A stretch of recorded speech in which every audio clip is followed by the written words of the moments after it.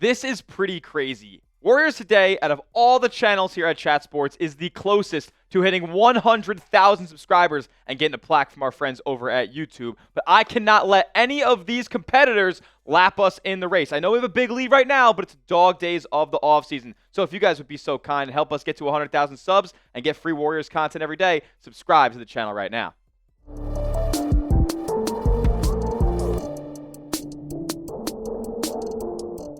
What's going on, Dub Nation? You're watching Warriors Today by Chat Sports. I am your host, Tyler Smith. And on today's show, we're going to reference something that we actually talked about at the end of yesterday's program. And that's the question, are we doomed when it comes to Al Horford and his free agency decision that is still looming and has not yet been made because the Warriors are still dealing with the Jonathan Kuminga saga? We heard yesterday from Anthony Slater that the Warriors are operating under the impression that Al Horford will be a part of the roster next season, but that decision has still not yet been made on whether or not Al Horford will be playing at all in his next NBA season. Here's the quote from Slater, where he said that Horford's decision, and Horford is comfortable waiting on that decision. Retirement remains on the table per sources, though the Warriors appear to be operating as if he is a firm part of their plans next season. Now, Slater also said when in his little Al Horford write-up in his free agency most recent article that those around the league continue to ticket Horford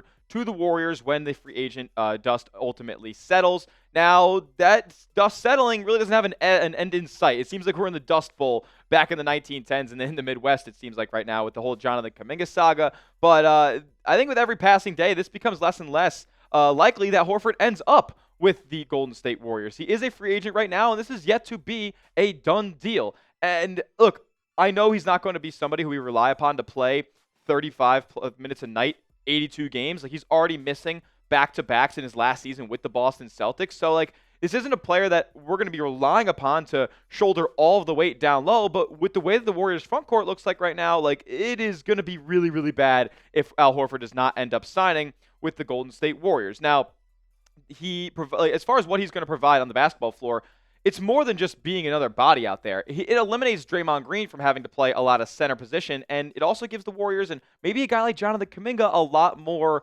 at least comfortability on the offense when Al Horford himself can be a reliable floor spacer and shooter from the outside, also an elite passer as well. He would just open up so much more for this Golden State offense, and if he doesn't end up getting done, they are absolutely doomed. Now, a Warriors reporter, Jordanna Clark, had this to say about the whole situation, and there could be more than just two options for Horford here. She said, Horford's future doesn't boil down to Golden State or retirement. He could always decide to sign with another team, like the Lakers. Even though the league-wide consensus is that Horford will end up with the Warriors if he chooses to continue playing, that doesn't mean it'll come true. It could change at a moment's notice, and that is 100% fact. Now, I do doubt that there is much juice behind the Warriors considering, or the Horford considering another team other than Golden State. The Lakers went out there and signed DeAndre Ayton, so he's not going to necessarily be the starter there or have as big of a role. And does Horford necessarily want that big of a role at 39? Well, I think he does, given the league-wide presumption that he's going to end up in Golden State.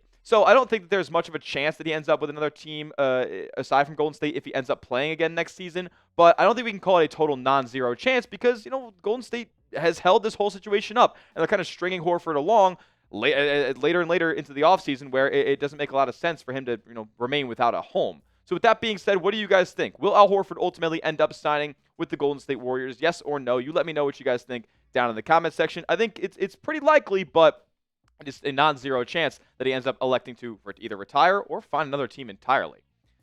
Like I said, I say yes, but if he doesn't, any contending hopes, any hopes of winning an NBA championship, getting out of the Western Conference next season, you can kiss those goodbye. Because if there's no Al Horford on this team, this is what your front court looks like. This is not pretty, folks. Look, Quinn Post is going to be relied upon heavily this upcoming season, and he's going to be a guy who, if Al Horford does end up signing, is a huge beneficiary of that veteran presence, that floor spacing presence, being on the roster and helping him progress in his NBA career and working out the kinks and filling the holes that he needs to fill in his game, specifically on the defensive end. Then you got a guy like Trey Saxon-Davis, who was pretty much taken out of the rotation last season. How much of an NBA player is TJD at this point? I know he's not a certified backup big, your first option off of the bench if you're looking to win an NBA title. And then Draymond Green. Like, how much center do we want this guy playing this season? I'm sure a lot of you guys watching the video don't want it at all, a 6'7", 6'6" center down there, banging with some of the best bigs in the Western Conference. Yes, he can hold his own, but at the end of the day, size does matter in this league, giggity.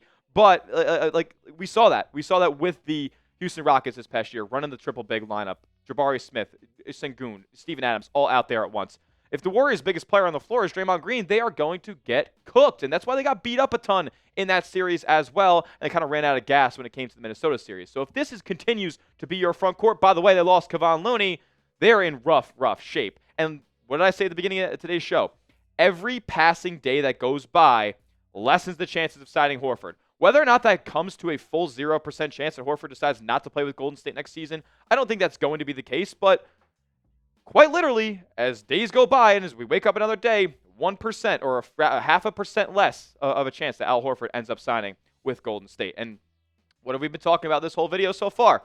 We know what the holdup is. We know why Al Horford doesn't sign with Golden State yet. We know why D'Anthony Melton hasn't signed with Golden State yet, even GP2 as well. The holdup is the Kuminga saga. And of course, you guys knew we were going to talk about him at some point today because we also did get a little bit of a newer update, kind of coinciding with the Anthony Slater report that came out yesterday. Danny Ammerman of the San Francisco Standard reported today that there's been no contact between Golden State and Jonathan Kuminga and his representation for, quote, a couple of weeks at this point. So nothing has changed over the last couple of weeks because there has been literally zero contact between the two sides. And that's probably a given considering Jonathan Kuminga was over in Africa playing for the Congo in those exhibition games and whatnot. But it's just not great that this is leaking all the way into late August and probably is going to leak all the way into September. And who knows, might leak all the way up to that October 1st qualifying offer deadline. And I bring this up and really segue into Kuminga today because I've had the same mindset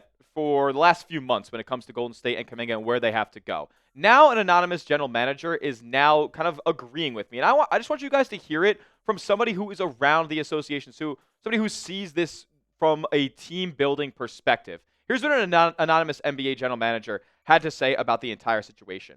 And he's talking about the reason that I have been talking about this entire time, and that's Joe Lacob. He says Joe Lacob has been a great owner for the Golden State Warriors. He got the new building, the Chase Center. He raised that whole franchise. You've got to give him that. But it's dangerous for a front office when the owner falls in love with a player, and that's what happened here. What they're dealing with now is the fallout of that. They've had plenty of chances to trade Jonathan Kuminga in the last 2 or 3 years, and even longer than that. They were willing to do it, and do it at a time where you could have gotten value for him. A pick and a player, that kind of thing. You know, the thing that Golden State's been wanting this whole time. But Lacob would not hear it. We're past that kind of move now. They're going to wind up with pennies on the dollar for Kuminga, and that is on the owner. But I've been the hater. I've been the lunatic. I've been the one that is just hating on Jonathan Kuminga for months. No, I have been saying this exact thing. Joe Lacob is not a good evaluator of talent when it comes to the game of basketball. Joe Lacob is not good at looking at long-term prospects of a basketball team when they have a certified top 10 player to ever walk the planet leading the roster as it currently stands. So, look, you guys can call me a hater for all you want, but a lot of people around the NBA believe that Joe Lacob has completely mismanaged these last couple of years of Steph Curry's prime, and Jonathan Kuminga and the faith that he's put in him is a massive, massive reason why. Don't forget about James Wiseman either. Now, I do believe that when the dust will all settle with this conclusion, I think Kuminga will eventually fold, to be honest with you guys. Like, Golden State is a reason that they're standing firm on their offer right now. 2 years, $45 million with a team option, so none of that second-year money is guaranteed. He has two options here. It is accept the Warriors' offer or sign the qualifying offer. And I know that he's threatening the qualifying offer right now, but he's going to accept the Warriors' offer. He's not going to forego all that money. The risk that you take when you take the qualifying offer outweighs the risk of potentially not getting $24 million next season and choosing where you get to go. Like, it just makes no sense, and I think he'll eventually succumb to the Warriors' demands.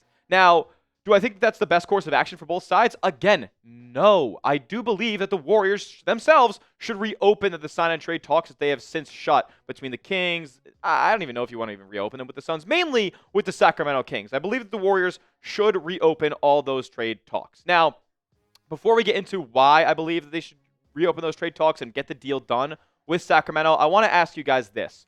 What would you do with Jonathan Kuminga this offseason? Would you keep him Or would you open up those talks again and try to trade Jonathan Kuminga? For the greater good. For the greater good. What do you guys think? Keep Jonathan Kuminga for at least next season or try to trade him last efforts this offseason? Let me know what you guys think down below.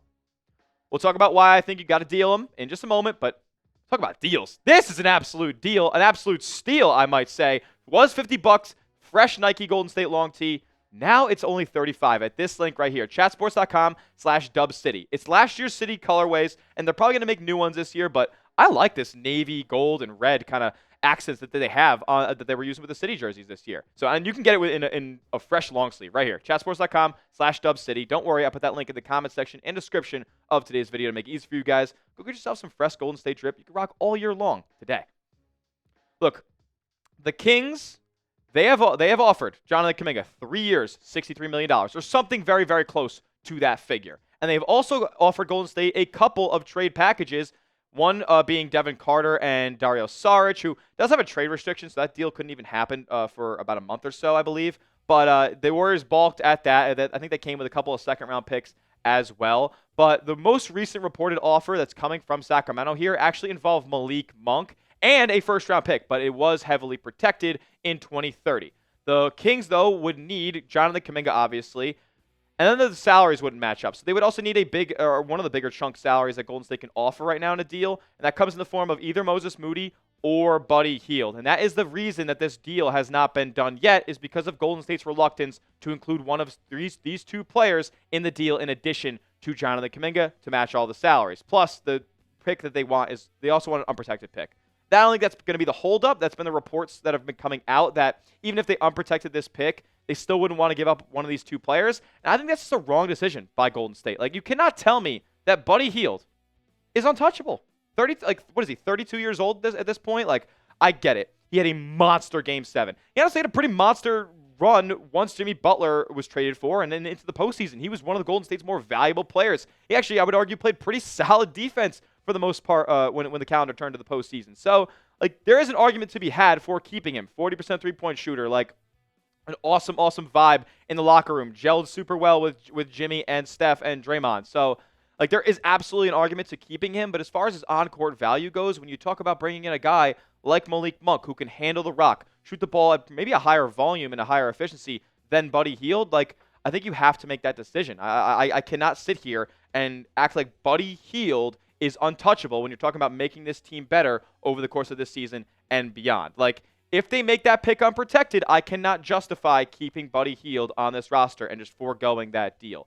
You replace Buddy Hield, a strict two-guard, by the way, a guy who cannot play the 3, with a guy who could play the 2 and the 1 in Malik Monk. And then you have a backcourt that is actually pretty good in this league. Steph, Malik Monk, Pods, Melton, who is a presumed signing once you make the Kuminga stuff happen, and then Moses Moody. You can make all these guys members of your backcourt if you just give up Buddy Hield. And look, I get it. You're probably not going to be super deep when it comes to the wing department if you end up dealing Jonathan Kuminga. Like, you have Jimmy Butler, you have Guy Santos, and you can kind of put Moses Moody at that 3, maybe some small ball 4s at the time. Like, Golden State plays pretty positionless basketball for the most part. They're going to need to stop doing that at their center position. But for the most part, 1 through 4, they're fairly positionless. So I'm not going to be that upset. Plus, I'm a guy who wants Guy Santos to get more minutes, and so does Steph and Jimmy and those guys. Like, they like the decision-making that he has on the basketball court and the 110% effort and the role-playing style that he brings. Pretty opposite, like complete opposite side of the spectrum to Jonathan Kuminga. So, yes, you're lacking big wing depth if you lose JK, but I think you're getting a better overall player. I think Malik Monk is better than Jonathan Kuminga. So, you guys can hate me if you want, but that's the stance I have, and that I'm not really going to move off of that at this point. With that being said, this is the trade idea that I would go down. I personally would not give up Moses Moody if we have to choose between Buddy Hield and Moody. Moody's the better defender. He's younger. I think he's on a pretty solid deal for the most part. And he was really, really good when the Warriors traded for Butler and he was inserted into that starting lineup. I would like him more off of the bench personally, but if there's some situations where Steph or Jimmy are resting on a night, I would be totally fine with keeping Moses Moody. I think as the years go on and as you get more of a sample size of Buddy Hield, that's probably going to be a guy you would want on the roster a little bit less than, 22-year-old Moses Moody. Would you guys make this trade, though? Let me know in the comment section. A for accept, D for decline. What do you guys think? Is this too rich for your blood? Are you guys a part of the Warriors side and you think Buddy Hield's a little bit untouchable when trading away Kuminga for Malik Monk, let me know what you guys think. A for accept, D for decline. That will do it for today's edition of Warriors Today by Chat Sports. Lock us in for the most consistent and best Warriors content on YouTube all off season long. We'll see you guys in the next one. My name is Tyler Smith, and as always, let's go Dubs.